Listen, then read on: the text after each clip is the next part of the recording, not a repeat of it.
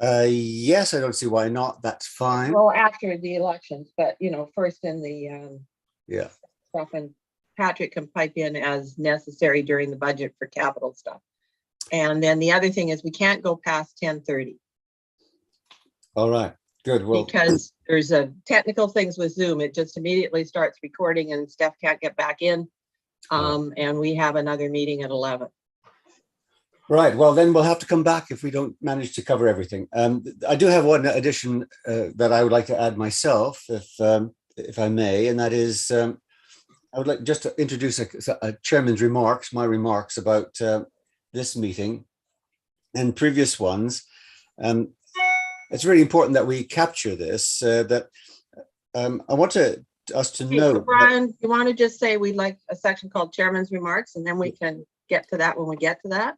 Yes, we're going to, but we have to do it under the introduction of late items. And on this particular meeting, it's a late item. Subsequent meetings. But we don't need too much of an explanation.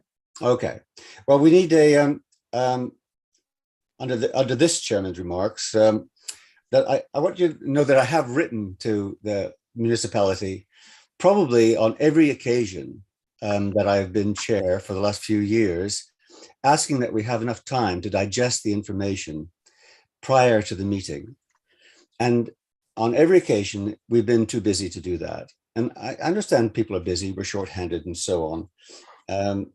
But it is just unacceptable in this day and age for this complicated information, particularly when we're talking about significant amounts of money, to not have the ability to both to digest the information and to interrogate it properly and get proper answers at this meeting. And I just want to identify that as a persistent or recurring problem that we must seek to resolve. The other issue is that our follow-up has not been very good. That on numerous occasions, and I can give you a whole series of examples if you want, that we've been told because of this problem that the municipality will get back to us with the information that we've requested. And it just simply never happens. They just simply do not. Raj, I think on 4 different matters, said he would get back to us and would not. This is also unacceptable, and we need to capture this in our minutes so that we can refer to it and we can start documenting this persistent inability to get our governance properly organized. So with that said, I mean, I don't want to make too much of it, but having said these things a number of times now, I wish somebody would respond to them. Okay. All right. So are we going to approve the agenda? Now we're going to, well, the chairman's remarks can happen after we've done the introduction of late meetings, but then we're done now with that. So let's go to the adoption of the approval of the agenda. Any additional matters?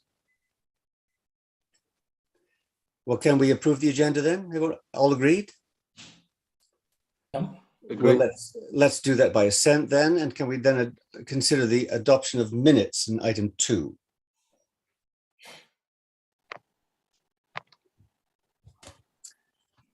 Any dissenters from adopting the minutes as they stand? No dissenters, so we can adopt those by assent also. That's helpful. Thank you very much. Public comments? No public. No public here, so we can resist that temptation. Now, Kristen, you wanted to go next. Yeah. And can we just slip to your piece on the agenda, and thank you very much. Thank you. Yeah, thank you for making that accommodation. And just to acknowledge what you said, Brian, I acknowledge that the information was late, and I apologize, and I will endeavor to make sure in the future that we have the information to you on time according to our deadlines. So thank you. I have prepared some material for you. I think it's on my screen. Are you able to see that now? It should say Westside Water Systems is the first slide. Kristen, I'm having a little trouble hearing you. Oh, maybe you're too far away. I'll get closer to my computer. Oh, that's better. That? Okay. Yeah. Sorry. So are you able to see the slide that I'm looking at right now is for Westside Water Systems? Yes. Yes. Yes. So starting with the same slide in all three districts, and just pointing out at the moment, you have this harmonized rate structure. So Bowen Bay, Blue Water Park, and King Edward Bay all share the same common rate, 960 per connected property and 600 per unconnected. And then metered rate billing starts kicking in after that. And it's measured monthly during the months of June 1st to September 30th. Now, I'm not actually bringing a rate proposal to the committee at this meeting, because I think given that you have this harmonized structure, it doesn't make a whole lot of sense for committees to be talking about it in isolation from each other. So what we're asking is that we book a second meeting in the coming weeks to get together as the three systems and talk about that. I think it's interesting. We've already met. We met yesterday with both Blue Water Park and Bowen Bay. And it was very evident to us from the Blue Water Park Committee that they want to go in a way, they want to move to a much more consumption-based billing structure. So lower the flat rates and have the metered rates kicking in earlier. And then when we asked the Bowen Bay Committee what their thoughts were on that, they were on the opposite side of the spectrum, whereas they want very little to do with metered rate billing. And so I'm thinking it's going to be difficult to get consensus on what a single harmonized rate should be when people and groups of people seem to have very different perspectives on it. So just as a matter of interest, I was kind of looking to the committee to get a sense of where you were at and the billing structure, the meter structure that that is in place now. Is that something you're looking to continue with? Are you interested in changing? I just wanted to hear your thoughts on that.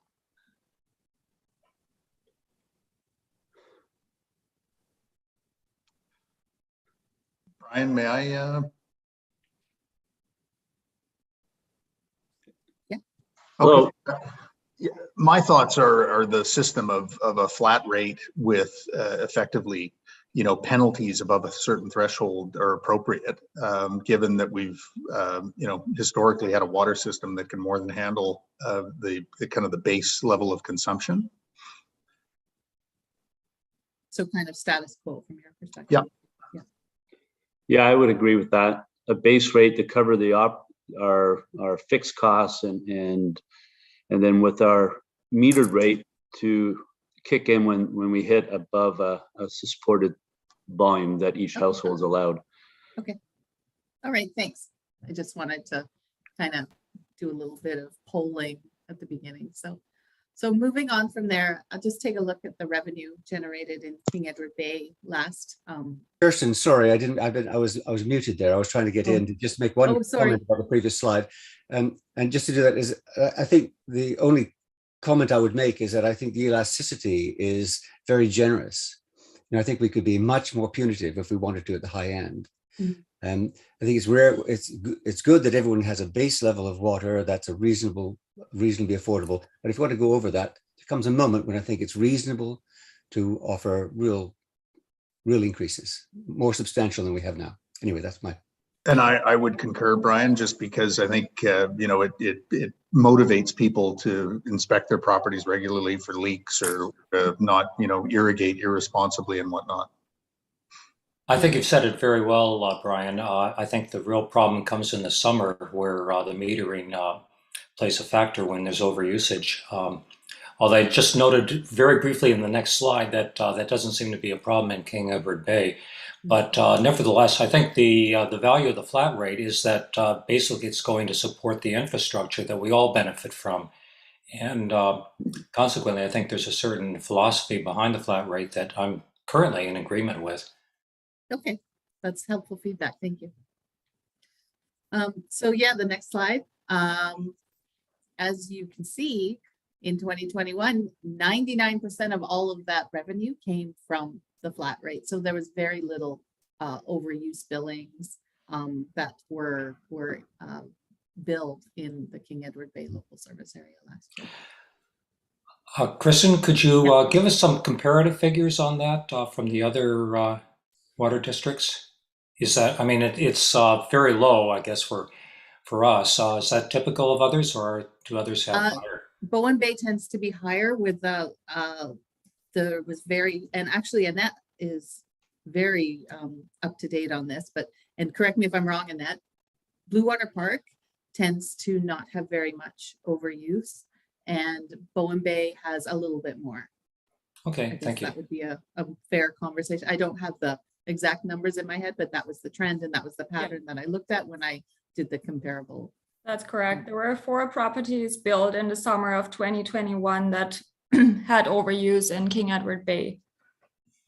Can give a comparison, the average daily consumption per household in King Edward Bay was 84 gallons between June and September. Thank you, Annette. Thank you, Annette. So we're putting forth, as I said earlier, we're not bringing forth a rate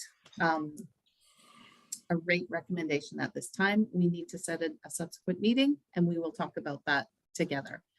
But what I did do was put forth the same incremental revenue increase in every single district.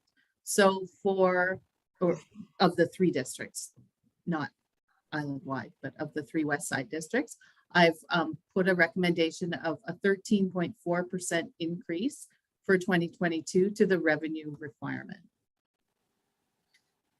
Here in the revenue line item, we're looking to increase the contribution that is paid every year from Blue Water to King Edward Bay. It was in a budget of $17,000 last year. And when we did the actual cost calculation for 2021, the amount based on volume of consumption and costs incurred in the King Edward Bay revenue district, the contribution from Blue Water for consumption was $29,817. So I'm putting that in. I don't want to go too high because I don't want to create expectations there of additional revenue. So I'm trying to keep it conservative and estimate that it will be the same for 2022 that it was for 2021. You also have other revenue amounts that come from the new properties as they come on, as well as some interest revenue there. So the total revenue then is, sorry, $91,763 budget for Blue Water, for King Edward Bay. Then in the ensuing years from 2023 to 2026, we've put in a planned increase of 12%, 10%, 12%, and almost 11% for the ensuing 4 years. These are the same rate increases that were proposed to Blue Water Park and to Bowen Bay. And yesterday, both of those committees reviewed and they both recommended approval of the revenue budget for as presented to them. On the expense side of things, Sorry, Kristen, is this at some point we'll be able to kind of go back and talk about that? That's it's an interesting set of figures that are huge increases that we need to kind of get through. Okay. Do you want to go back now or can we do it later?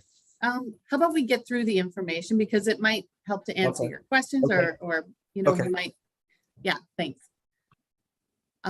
So the staffing is allocated on a pro rata share to each water system each year.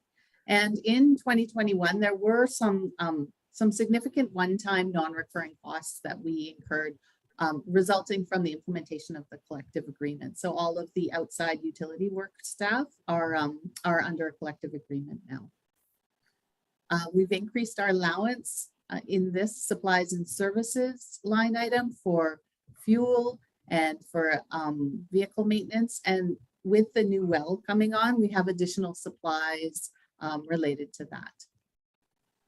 We put in a provision for consulting fees in the 2022 budget. Just it's good to have a little bit of wiggle room there in order to hire consultants to provide additional insight and information. We are facing significant increases for insurance premiums this year. When we renewed, we were looking at double-digit increases for several of our insurance policies. So we've increased the provision for insurance, and as well, our audit fees continue to go up year after year. So there's added costs there.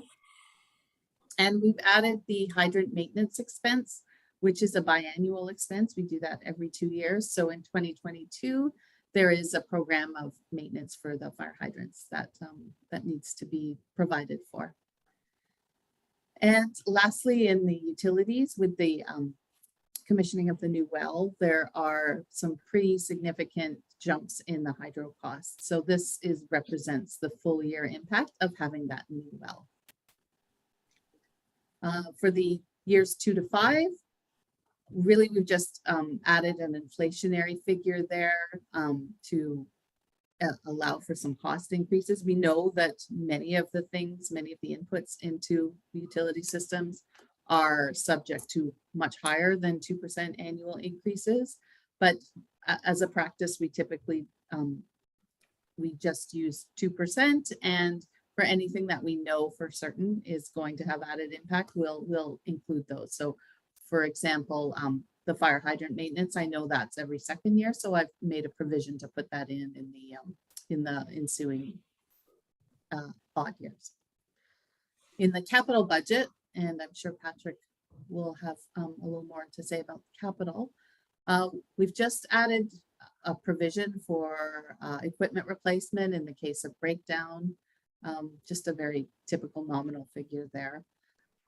And we've included an allocation of an overall expense that we're hoping to implement a meter optimization program. So this would be the King Edward Bay's allocation, their share of municipal-wide expense to undertake a assessment of metering options. And lastly, we've added an amount to continue to work and advance the asset management planning. So total capital planned expenditures for 14,100. Again, it's very light capital budget. We've just put some nominal things in there to create space for those costs as we come upon them.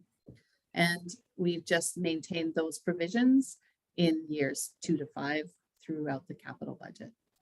Patrick, did you want to speak more on that now, or do you want to save it for your part?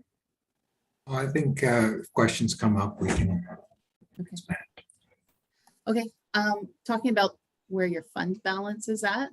So we haven't completed our 2021 audit yet, but we did have 78,317 to start the year, based on the what was contributed and what was pulled out of that fund to pay for capital expenditures.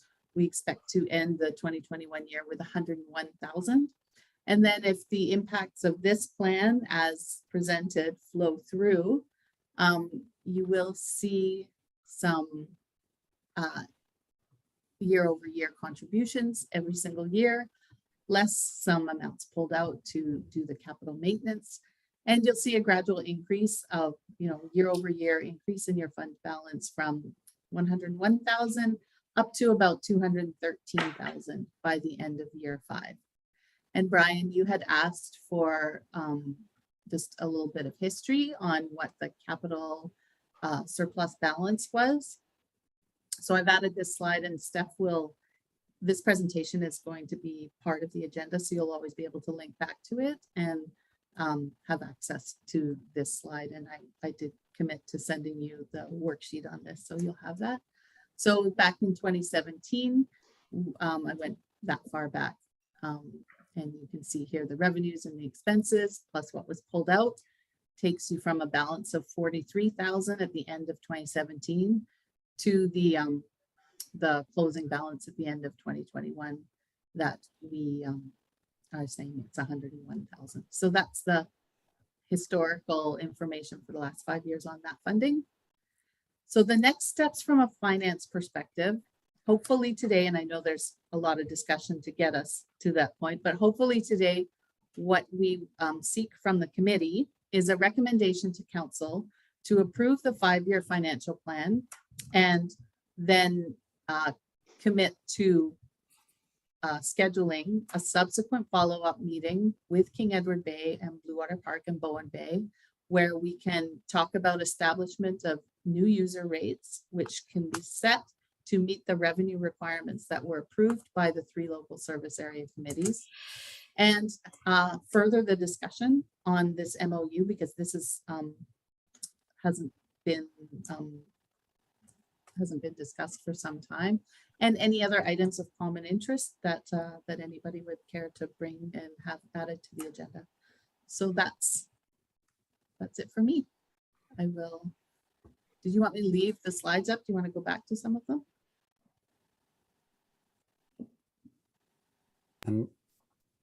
So much to talk about. I wonder what comments people have initially. Well, maybe if I could start off. Right. Could you go back, Kristen, to the slide on the fund balances? The historical or the projected? The historical. Yeah. Yep, great, that one there. I did take a look at some of the ones earlier to that history as well. And as a matter of fact, I took a look at the 2016 5-year plan. So that's the 5-year plan that is ending now. And ironically, actually, I think that was a plan you put together from your previous tenure here. Right. But in that plan, there were actually 2 funds that were listed. Yeah. There There was a fund called Reserve for Works and a fund called Surplus Fund. Yeah. And they were both independently traced out in future years here. What I'd like to see, and you said this is just a preliminary look at the history, but I would like to see this extended back into 2016 at least, and 2015, with those 2 funds shown so that we could see how the flow went. Kristen, Don, it was the ending balance of the 2 funds add together to the 39,561. No, but we didn't get an ending. We just got a to date. And that was 2016. Yeah. Oh, okay. Although it was, what was the figure then? Let me see. Because King Edward Bay does not have a statutory reserve. Yeah. And Yes, I was going to bring that up. Yeah. Yeah. Now, actually, it's pretty close though, Allison, just taking a look. So that may be what happened is that they were combined. So I think from an accounting perspective, what Kristen's done is, because there is no statutory reserve, everything is it's just on our financial statements, it's just showing as water systems unappropriated surplus. Yeah. So these are, And there was, why I can't really do it is because there was a change in finance officer who used a different method, and they've all been consolidated now into the one fund. So I wouldn't know. And at the end of the day, I mean, I don't really see, you can break it out into 2 lines any way you want. Okay, well, maybe that isn't necessary then, given that. But I guess I'd like to comment again a little bit later on, though. But Allison, my impression is the same as yours. That is, these are basically at this point notional funds. Is that correct? It's operating surplus. That's all it is. Unappropriated surplus, retained earnings in a private world. Yeah, Okay. so, every other water system does have a statutory reserve, so it probably makes good practice to have council establish a statutory reserve bylaw. Okay, well, as a matter of fact, I was going to bring this up later, but as long as you've mentioned it, over 1.5 years ago, we passed a motion asking exactly for that. Oh, okay. And this dates back, and this also bears upon Brian's comment at the start. We never got any follow-up on that. Okay. So I don't even know where it is, but that was almost 1.5 years ago that we asked. It hasn't been done, but we can have it in place for financial statement reporting for next year. Wonderful. Very, very helpful. Thank you. Yeah. Great. And the tradition with the other systems, which I think we talked about back then, is that sometimes is a parcel tax, and that all goes into the statutory reserve. Brian, can I ask a question? It's Jonathan here. Go ahead. Yeah, thank you. So starting about 4 years ago, or perhaps 3 years ago, I'm just going through my notes. We had inquired as to the capital reserve and the contribution towards the capital reserve, and quite frankly, the deductions from the capital reserve for premature equipment replacements as a result of the high demand on our water system that was placed on us by Blue Water Park. And I'm wondering, is there any accounting for that in the future go forward for contributions towards capital replacement that quite frankly and historically has been premature due to wear and tear? Yeah, so the way that the calculation works is you plan for your capital replacements by making dedicated contributions to your reserve fund, plus whatever goes in that is a surplus from the year. So, as a practice, I budget conservatively, which means I make sure that we have, and Patrick together, we make sure that there's a little bit of contingency within each line item to make sure that, we don't want your budget to be not sufficient to meet the expenditures for the year. We always want to make sure that there's at least some surplus that gets contributed into reserve in addition to the budgeted dedicated contribution that's made. So in the Blue Water calculation, the overall consumption, the overall well production in Blue Water Park is in King Edward Bay is totaled, and what's taken by Blue Water Park is measured by meter. So that proportionate share of total product is what's used to allocate the King Edward Bay costs to Blue Water Park. And what we include in that calculation is the budgeted contribution to capital. So Blue Water Park not only pays a portion of your operating costs each year, but they pay a pro rata share of the dedicated contribution to the capital fund.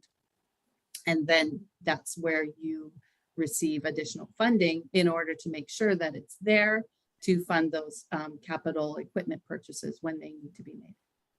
Okay, thank you. Can I make a contribution to this bit of it? And there's several matters here which are kind of problematic, but the issue that has been problematic is that we've had a model, an algorithm for what this recharge is going to be. And that was agreed some time ago, that there would be a charge for the water that goes to Blue Water on the basis of the amount, just the amount of water, and a separate charge associated with capital. Raj at some point changed that so that we were no longer estimating the capital charge, and he assumed that that money was that we were charging for the volume of water included a capital element that who knows whether any of that was put into our capital account. And I suspect none was. So that's one problem that we have, that we've never properly resolved. We couldn't get Raj to respond to that. So that's one issue. The other problem is that the measurement that you're taking from Blue Water is the metered amount. That's metered at the point of delivery in houses. Mm-hmm.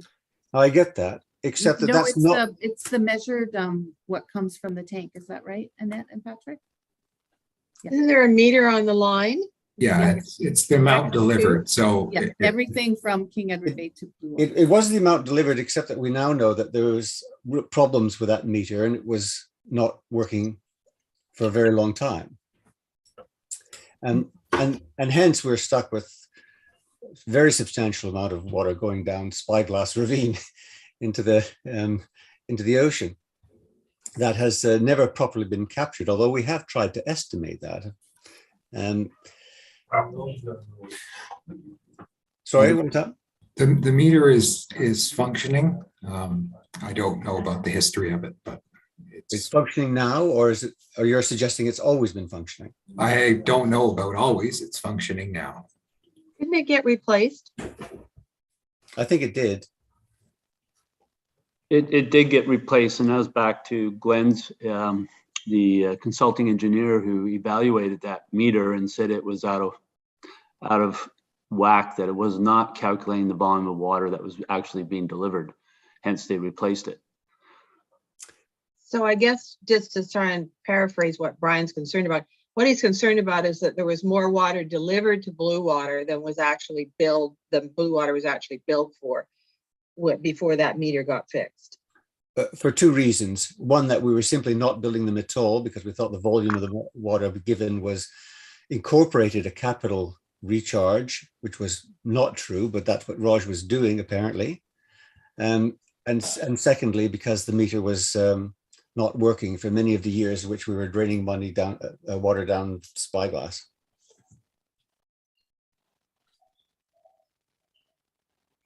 I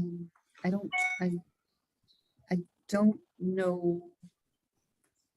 I can, you know what I can do? I can look at the records of what was, like how the calculation was done in the past couple of years. I know when I looked at it to do this year's, I know the calculation had been done the same as it had been done prior to, it was done the same way that it was done when I was here before. So I didn't see any change. Well, that's good to hear that, to be reassured by that. Thank you for that. The other issue is, and the final point that I want to make about this is, are the calculations covering our costs? Yes. You're sure of that? Mm-hmm. Okay, well, thank you for that. Yeah, it's the You're fading total out, consumption, Kristen. the total pro rata consumption of overall production that goes to Blue Water Park is they assume that percentage of your operating costs and the same percentage of your dedicated transfer to capital. So I believe it's a fair calculation, and I believe it's appropriate. The question that's always been raised by this, Kristen, is whether the problem with calculations of this kind is they're done on an annual basis, and the damage done to a pump and the rest of the system is actually accumulative over 5 or 6 or 10 years. And that's really not factored into the circumstances as we've been discussing them. But so I'm anxious that we're still subsidizing that process in some way because we're not accounting for that accrual or deterioration of the capital over time. But okay, thank you. You've been very reassuring about that. So I'll leave it to it. I guess just one question on that. Are we showing an accelerated depreciation with the increase in use due to Blue Water? I mean, the amortization we're showing for the pumps? Yeah, so for instance, a well pump normally is designed to last 15 to 20 years. With additional use of the well with Blue Water, which the system was not designed for originally, is the amortization or the depreciation value of that pump now gone from 20 as a number that you would calculate to 10? I'm not sure what the well specialist could identify for us, whether that pump now can last 10 years under the current management versus 20 years based on what it was originally designed for with our system. I think the way to capture that is to get the asset management plan done. That will inform what the dedicated contribution to reserve needs to be every year. And then that contribution will be pro rata shared among all of the benefiting users of that. So I think at this point we're making these contributions, but we're not making very informed contributions because we don't have that asset management plan behind us to inform what those contributions actually should be. So I think the way to solve that problem is to continue to work and make meaningful progress on that. And luckily that has been identified as a strategic priority in Council's plan. Good. Well, the other thing on that side, Bruce, if you look at the actual expenditures, some list of expenses, amortization is not in there. We're doing the budgeting on a cash basis of what we need to raise to cover the cash expenses. And one of those expenses that we recognize in there is the building up of a reserve fund. So we're budgeting for a cash surplus so that we can build up the reserve fund. Okay. Yeah.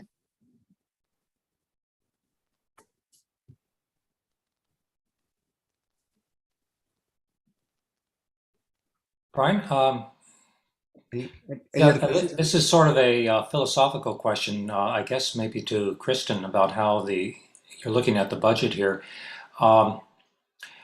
I guess there's several ways of trying to target it, and I really like the idea of looking at it in the future and saying these are where we want things to be in the future, and I really hope that'll kind of inform us. But what I wonder is, what are you targeting here? That is, in one sense, you could say what we need to do is cover our expenses, but then there's also we have to cover the depreciation. Is the idea to set a target based upon the reserve? And what you're looking for is that the reserve be a certain proportion of what our budget is? In other words, what are we shooting for here with the increases? What defines success, and are we matching our metrics? In other words, what's the adequate reserve fund balance? Yeah, thanks. I Mhm. got that. Yeah. Again, it comes back to that plan. It comes back to that plan because that's what's best informed by professionals who have a background in infrastructure and infrastructure replacement costs. And when that work is done, we'll know what the remaining estimated service life is for all of these assets. And I don't know, Patrick, am I hitting it right, or do you have more to say on it? Yeah, I mean, we have, it's the same with all of the water systems. We're not really being informed by what we want to have is a long range, 30-year capital replacement plan for each of the water systems. It's going to be different because the infrastructure is different and the age of it is different. So, when, like you've mentioned, some elements are affected by level of use, which is the well pumps, which is actually a small fraction of the total infrastructure value. You've got eventual reservoir replacement, water main replacement. The lower portion of King Edward Bay is relatively new, and then the upper portion that's being built now is brand new. So, we need to have a realistic projection of what needs to be spent over the long range to replace that infrastructure. And just in general, with the overall replacement cost of the infrastructure being, I don't have it in front of me, $6 million or something along those lines, $5 or $6 million. We just generally know that the level of reserves is too low for that, to recapitalize that amount of infrastructure, and that we need to build it up. We don't know exactly what the target is until we have a realistic asset management plan. Okay, that was basically the force of my question. That is, when we look at a figure like 13.2% increase, how do we know that that's the right target for us? Because it seems to me like it's something that's going to be driven by what the reserve funds are, and it could be too little or too much, depending upon what those reserve funds are. So I think you've answered my question, which is it has to be realistic, Don, that these are still, look at the actual dollar amounts we're talking here. They're big percentages, but $200,000 to support a $6 million piece of infrastructure is really Isn't enough. Well, that's basically my question, because I'm saying, gee, is that enough if we're targeting something more? So it's not a critique of the figures, it's just a question about the philosophy. That is, we're doing more than just trying to cover costs. We're trying to shoot for a certain amount to cover our assets over this time frame. correct. Thank you. So in other words, what I'm saying is the rationale for 3.2 doesn't lend itself too well to this harmonization scheme if we're all shooting for different targets. I agree with you, and I suspect from the feedback of the various committees, and where you've got committees and infrastructures in the different areas that are probably further along their lifespan and need an accelerated replacement plan. That's where I'm going to, is that this harmonized rate probably isn't practical. I mean, if you're not considering bringing in parcel taxes to try and address those gaps, right? So I think we need to have a bigger conversation about it all. So I just don't think we can have these conversations in isolation with single committee. So that's why I'm really pushing for this joint meeting. And Kristen, that's also very helpful to hear you say that. I think we all have reservations about this harmonization. I can't see how it's going to work reasonably. I've got one other little question I'd like to ask, if I may, at some point, but does anyone else got before I do? Well, the one question I'd ask to perhaps to Graham also is that we often hear about what expenditures there are and what revenues there are. What I've never heard since being on the associated with King Edward Bay and is any savings plan. There's not ever been an effort to address the issue of costs. I wonder why that is. Any public sector is usually tasked with a certain amount of cost reductions. There should be a target, for example, I don't know, 2% or 3% every year that public service agencies should be addressing and being accountable for providing. But in the matter of water, it seems that there's never been, in my recollection, maybe I've got this wrong, maybe elsewhere it has worked, but is there a plan? Has there ever been a plan? Will there be a plan for cost reductions? I'm not entirely sure what you're getting at. I mean, we're trying to operate the system as efficiently as possible.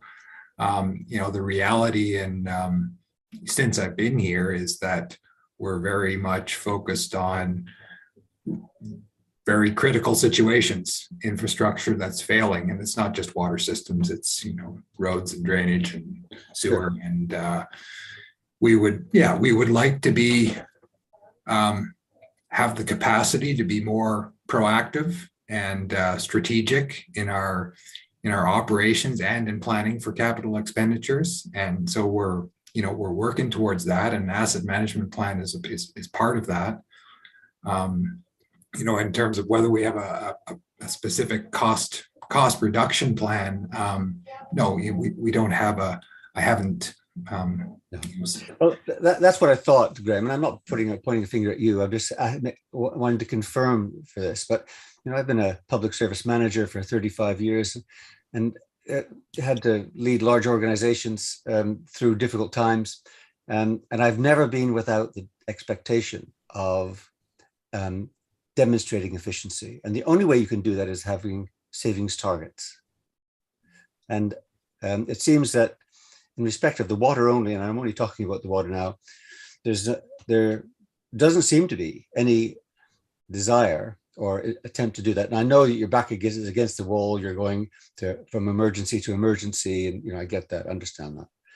But I just want to flag the issue that we cannot continue to dip into our pockets. We're not endless in this. These are substantial amounts of money you want, increases that you're expecting us to pay. I get that. I get the need for it. I get the argument, but there must be some regulation of that.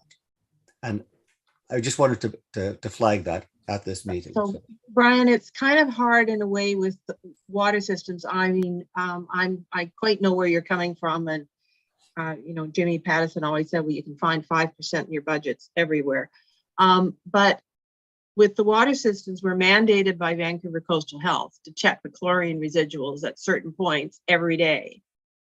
We're mandated by Vancouver Coastal Health to send in that weekly sample for testing from those same sites. And then you've just got, you know, and then just operating the system, you know, the treatment plant and everything has to be, you know, looked at and inspected. And I mean, I think Bruce will understand that one. So it's not quite the same. You know, there's a lot of services that are being delivered that can't not be delivered.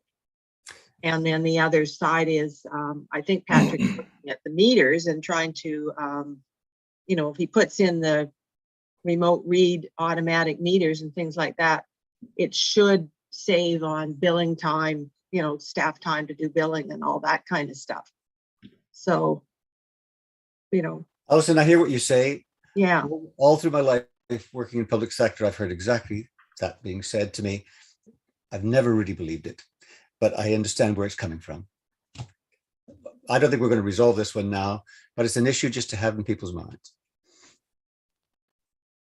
If I could for a moment, with these revenue increases, this is where the projected fund balance is going to be at the end of 5 years, all things falling out according to plan. We know that many things change over the course of 5 years, but I wouldn't want to see a lower ending reserve fund balance. And I really don't think that considering decreases at this point, at least in year one, which is what we're talking about until we have more information, I really wouldn't recommend not approving that recommended increase. So I wonder if we could just move to a place where the committee could consider that, deal with that question. I do need to step away, but I will continue to listen in, and if I need to be supportive, I'm paying attention, but I do have to just work on something simultaneously. So I wonder, would it be possible to move to a place where you could ask the question if the committee would approve the revenue plan, the budget plan as presented? Can you go back to the summary slide, Kristen? Summary slide. You mean with The revenue? financial plan one. I just have pieces of it. Oh, you haven't got the one that's got the revenue. Yeah. So I've So got years 2 to 5, and I've got year 1. yeah. So what Kristen's asking for is approval largely for the 2022 budget. We have to do 23 to 26, but those change and you'll get a second look at that one next year. So, well, we better put that proposal. Again, I think there's a lot to be discussed here still. And so but I do know that you have to make progress with it, don't you? So I would be anxious not to hold it up. Does anyone have any other last minute concerns before we go to a vote on this then? Maybe I'll just make one comment. I think it's important for our public accountability to say that the reason we're doing this is because we're focusing on the reserve balance and where it'll be 5 years from now. And this is part of a plan to get us to that figure of over $200,000. So I'm comfortable with doing that. But I guess it's with the understanding, and Kristen, I trust you on this, that we will have it recognized in a formal way through a statutory reserve. So thank you for that promise. I don't think it's necessary to include that in the motion from my standpoint, because I'll take it that those steps will be taken. Yeah, but Steph, I think it's easy to put it in the minutes as a committee recommendation, and staff will then direct me to do it. And that actually, that is the actual best. Yeah, to make that happen. So that was the motivation behind asking what the targets were here. And given that the target is that we want a certain reserve balance, then I just would like to reinforce that with that kind of arrangement. Yep, I would go ahead and make the recommendation to council, and I'm quite sure they'll direct me to do it. And Steph will put something in the minutes that the committee asked about the progress on resolution blah blah from previous meeting for Right. the development of the parcel tax. Well, all that would, The all that would be statutory reserve. Yeah. all that would be very helpful. Thank you very much for that. Can we go back now to the resolution that you want, Kirsten? Is it formulated in the minutes now? It's in your agenda, the cover page. Is that 61B? Correct. Yeah. Okay. Well, that also addresses the. Yes, I suppose we could revisit it if we must. So the recommendation is that King Edward Bay Water System Local Advisory Committee recommend that council direct staff to include the draft. It's a draft already. Draft King Edward Bay Water System 2022-2026 budget as presented on the 1st of April. Blah, blah, blah. Any dissenters on that? Then we can approve it by assent. And so you have your vote. Thank you, Kirsten. There's one other matter which is unrelated to your budget, which I wanted to raise because it's brought up in this section. And that section is to do with the water system, sorry, sorry, I'm looking back on the minutes. I got myself confused with the alteration of our timing, so let's not worry about that. Okay. And now we come back into our minutes, our normal process, introductions and elections. We've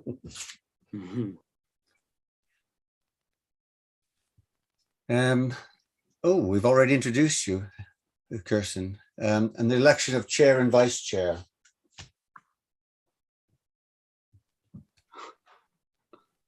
Brian, you've done a great job. Would you consider another year on this helm? There may be some steps coming to a close with the MOU that you're really knowledgeable about that. Yeah, all right. Okay, and So Don, you, you're Brian. nominating Brian? I am. I second. And I vote in favor. Before he changes his mind. Yeah, exactly. Now you need a vice chair. I don't know who's been acting as this. Don, you've been acting. Yeah, as I've been acting since I opened my big mouth. I guess I should stand behind that. So if you want, okay. All right. Well, we've done ourselves then. That's fine. Okay. Can we move then to Public Works? Congratulations, Dawn, and To you, Brian. Public Works then. Okay. There's not a lot to report relating to water quality issues or deficiencies with the system. The main activity has been relating to the Arbutus Ridge development, the expansion of the system for phase 1 and 2. Some of those properties have been connected. The new well pump and treatment shed was brought online summer of last year. That includes a booster pump for those upper properties at the moment, which is probably a big chunk of the power cost increases that Kristen showed. Eventually, when phase 4 of that development proceeds, the plan is to have the new reservoir higher up for the upper zone. So that would be expected to decommission the booster pump. The main capital needs are relating to the the supply gap in the blue water system that we've been discussing, going back to early last year when we brought forward the work that had been done by Urban Systems with the water systems, and then subsequently, on the council recommendations, moved into this process of developing a memorandum of understanding between the 3 systems, really intent on facilitating what's sort of the most cost-effective and important first step for addressing the supply gap in blue water, which was proposed to be essentially upgrading the Bowen Bay wells, which are the most productive, and installing the infrastructure for those wells to pump into the King Edward Bay reservoir, and from there to everybody in the three systems. We did run in, the process was stalled last fall. I know Liam has had some subsequent meetings with the Blue Water Committee. I haven't been at those meetings. We met with them yesterday. I think what's going to be important is because we are talking about not just the $500,000 or so to address the supply gap, but are essentially millions of dollars for renewal of the system. And so we're going to need to meet with them, maybe more than once, to walk through those costs and what the financing options are. So that's going to be happening. And I think that can happen in parallel with, the MOU process. I think it is important that we have that process completed. It was raised that maybe it's not essential to moving forward. That's debatable. I think it's regardless, we need to get it done. But I think that if we're able to help them get their heads around these costs and what the financing might look like, then I think that'll be helpful to that process. In the meantime, Arbutus Ridge well is a good well, and that has essentially bought some time. But we are mindful that it's the intent of that well is to supply the build out of the upper portion of the King Edward Bay system, all phases of Arbutus Ridge development. So we need to make sure that we have a solution for the supply gap in Blue Water, well in advance of getting to build out on that area. Well, thank you very much for that. That tells us what we know, and I think we all agree with. I think we really we were enthusiastic to move ahead with the MOU, and I can tell you that I've been doing a few things to facilitate that, trying to open cracks in the door so that we can make progress, and I hope we do. There are that will be the critical thing about in the future, and that will resolve the problem. The issue for us was we were very keen to be attached to Bowen Bay, and the reason why we wanted King Edward Bay to be attached to Bowen Bay was to secure our wells from any risk of being run dry. And with this new well that's come on in Arbutus Ridge, that lessens that challenge. So we don't actually need that anymore. The two wells can assist each other at some point, particularly the new one assisting the old one, as it were. And so we're no longer in the same kind of danger as we thought we were a couple of years ago. And that's very helpful. But you do say something very interesting, that this is an interim arrangement, that this has bought us some time, and they don't need the water yet in Arbutus Ridge. We're unlikely to need it in King Edward Bay, so that really is going to fill some of the supply gap in Blue Water.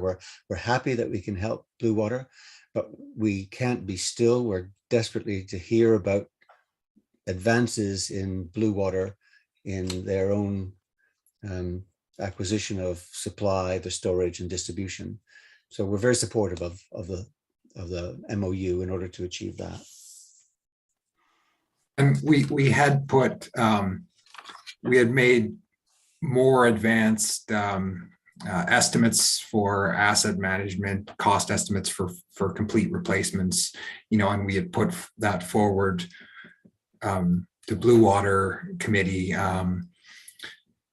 because of the nature of the issues. We'd advanced that further than some of the other water systems. And I think it's because it's a lot. It's a little bit scary, and it needs to be, there needs to be a plan.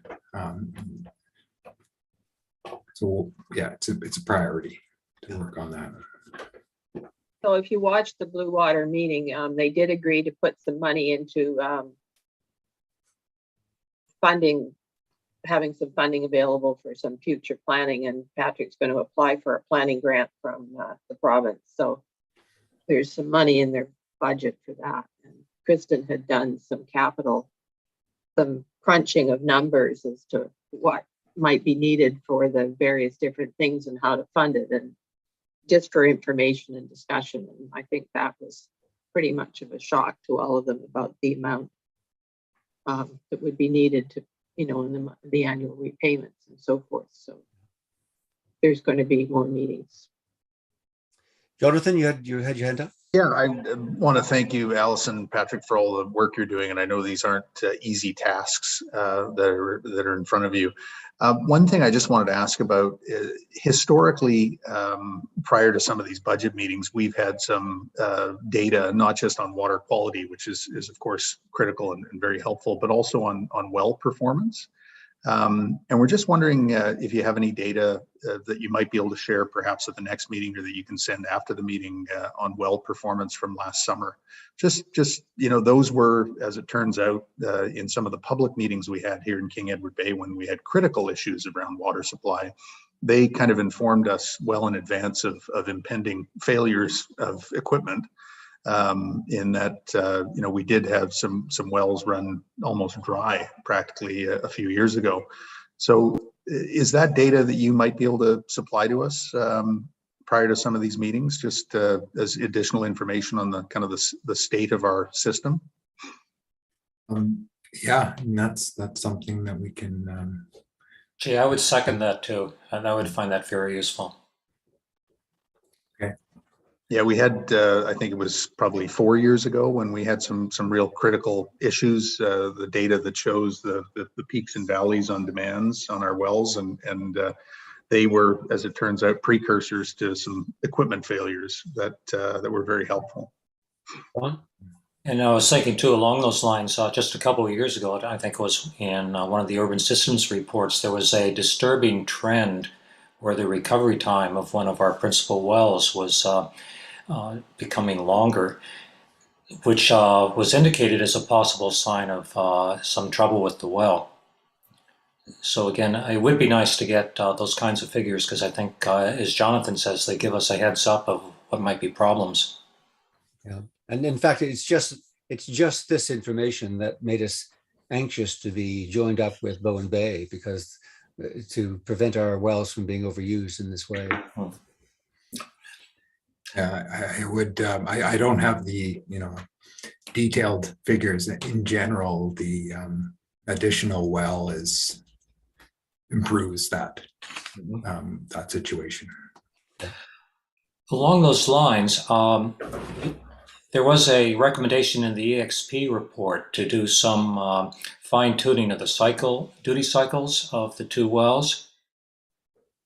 Do you recall that, Patrick? Yeah, there were some recommendations to, I believe it was actually not just the duty cycles, but that the size of the pumps in the two wells aren't well matched to the sustainable well yield that the hydrogeologist. So it would be more of a pump replacement than a fine tuning of the duty levels. And that would be, that would better align the resource with the infrastructure. I got the impression that was not a critical thing to do, so it could probably wait until the pump has to be replaced. It could be done. Is that a good assumption? Yeah, I think the conclusion was that essentially that EXP Urban Systems well optimization study that looked at all of the wells in the three systems recommended what the sustainable yield of the wells and the pumps to the pumping rates that would best match that. And really the biggest benefits of in terms of supply would be in replacing the Bowen Bay wells, and that, yeah, the benefit you would get from replacing the King Edward Bay wells is much lesser. And so I think the conclusion was that it maybe wasn't worth it to advance that beyond the capital replacement cycle, or in advance of the capital replacement cycle. Yeah, the next time we have to order a pump, we just go with a Yeah, different you type. would, replace it with something different. Yeah. Okay. Okay. I've got one item I'd like to raise. Is there any other questions of Patrick before I do? I guess I should give you an update on the subdivision or the referral, the last meeting we had. So it went to council and council accepted your recommendation, and the only portion of the request to add the suites went forward for the piece off Malcolm Creek Road. So Yeah, thank you, Alison. Yeah. Thanks for reminding me of that. Yeah, very helpful. Yeah, we appreciate council listening to us too. Indeed. Thank you. Indeed. Yeah. So the one issue I wanted to raise with you was a document you've linked to in the agenda, so it comes up for us now, and that's the annual report that it's referred to as the King Edward Bay Water System Drinking Water Quality Annual Report 2020, but it's actually dated April 30, 2021. And I'm just drawing your attention to it in the first instance, but there is an unfortunate element to it which is in error that I just wanted to draw your attention to, which may cause us a little bit of challenge. On page 3, at the bottom of page 3, under item B, administration, it says that it talks about the history of, I might well read it to you, save you having to chase it down. The operation and management of King Edward Bay Water System is administered by BIM with assistance from other organizations for its water system operation and management. BIM relies on municipality staff and the King Edward Bay Water System Local Advisory Committee. At the time of the committee's development, the area developer chose... Community development, not committees. Say again? It's the community's development, not the committee's development. Oh, quite right. At the time of the community's development, the area's developer chose not to form a local advisory committee to oversee water operations and maintenance, as it was felt the municipality was in the best position to make judgments on the system. Well, that's factually in error. And having spoken with the developer and gone through what records that exist, there was actually nobody here at that time. Yeah. And at the time of the bylaw being created in 2007, it was all vacant properties. They were all vacant properties. There was more trees than people everywhere. So, so that unfortunate phrase has a certain implication about that I've already heard from other adjacent water areas, implying that it's the municipality that should have all the control of the water and we should have no say at all. It's rather unfortunate that just perpetuates a myth which is very unhelpful. So if there's anything one can do about perhaps putting in this minute that there is that there was an error here, it was not the developer's role to develop an LAC. It's not their job to do that. They've got nothing to do with that. And in fact, the only expression that they have made about LACs was that the LACs should be completely separate from Bowen Bay and Blue Water. That was, and yet it's represented here as something very different. Small matter, but it just perpetuates a myth about the development of King Edward Bay and the authority within it. So I'm just raising with you now as a small matter. Well, and that's why we're just going to take all of that type of information out of these reports. I mean, there's no need of it. And that's been looking at just streamlining the process and having a single report submittal that's really just providing the water quality information. Yeah, completely unnecessary for this one. I absolutely agree with you. But All right, never mind. We'll talk about the other stuff later. Is there anything else that we need to comment upon in this? Everyone else happy? Maybe just one thing, Patrick. Again, this dates back to the EXP report, but there was one of our wells that's actually lower than sea level. Is that correct?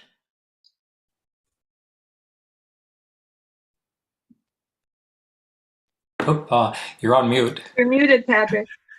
I don't think it's lower than sea level. I think there was I would have to go back and look at that. There was a very brief comment there saying that they were worried about saltwater intrusion. Yes. They hadn't seen any signs from that. I just wanted to make sure that if something like that happened to one of our 2 wells, we'd be able to detect it early then. Okay, that's all right. Let's not. I'll have to get back to you on that. Sure, no problem. Thank you. Okay. No further updates then. We've done that. New business, the capital account issue has been rather dealt with, and I don't think we need to do anything with this one. So I suggest we just skip over it. To the question period, what do you think? Content with that? Mm-hmm. Good. All right. Question period. Questions from members of the public. There are none, but does anyone know of any?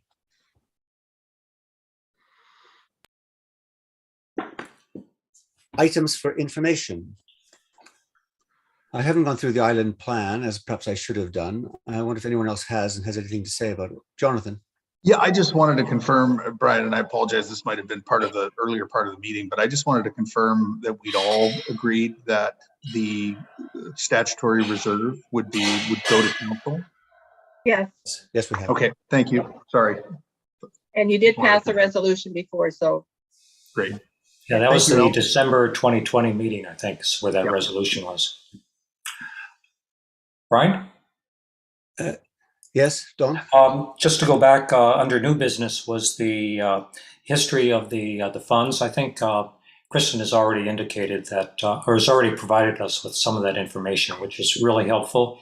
And I went back and checked, and it's consistent with what the 2016 plan. There are some differences, so it looks good. But again, thank you for that history and your explanation that the 2 funds that were in that earlier plan were merged into one fund.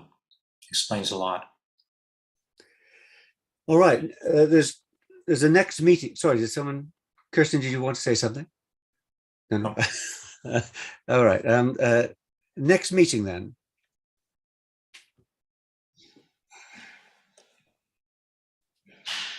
To be determined? To be determined. Well, there's 2 meetings, isn't there? There's going to be a joint meeting at which we're going to raise the issue of MOU. I think that's an absolute mistake. I'd rather you didn't do that. No, I don't think, it was more the water rates, I think, was the joint meeting. Okay. And Kristen, I think, is deciding it might not be worth doing it, but given the different opinions. Good. Well, let's then plan for our next year's meeting, and I will set that in the diary now. And if there's a subsequent meeting that we have to put in the interim, let's do that. There'll be a then. community information meeting. Yeah, I was going to ask about that. Because it is in the bylaws. We will be scheduling a joint meeting. We've committed to everybody so that's the expectation that we've set. And I think that's actually what we need to do to have that conversation if we're going to start breaking apart rates and looking at them district by district individually. Right. Then I think that we need to jointly have that conversation. I think it just respects the work and time of everyone involved. So we'll do that. I just heard that I think the expectation is that we'll bring back, at least open the door to a conversation about where we're going to go with this MOU. And because I don't think anybody really knows what the right direction is, and maybe we could just devise a plan as how to move forward with that. But does that just leave that to the 3 chairs and Liam and Patrick to figure out where to go with the MOU rather than a meeting of all 3 committees together? We can talk about that offline.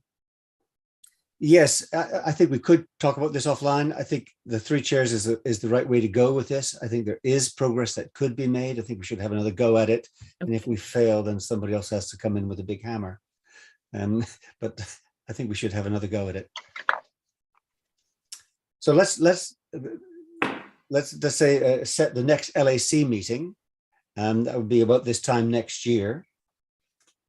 Well, you'd have, if we have the community information meeting, you could have an LAC meeting after that. Right. So let's a community meeting, you say? Well, yeah, we've had a community information meeting where, report, and that's in the bylaws. The other thing is Kristen's timing for the budget for next year will be quite different than this year.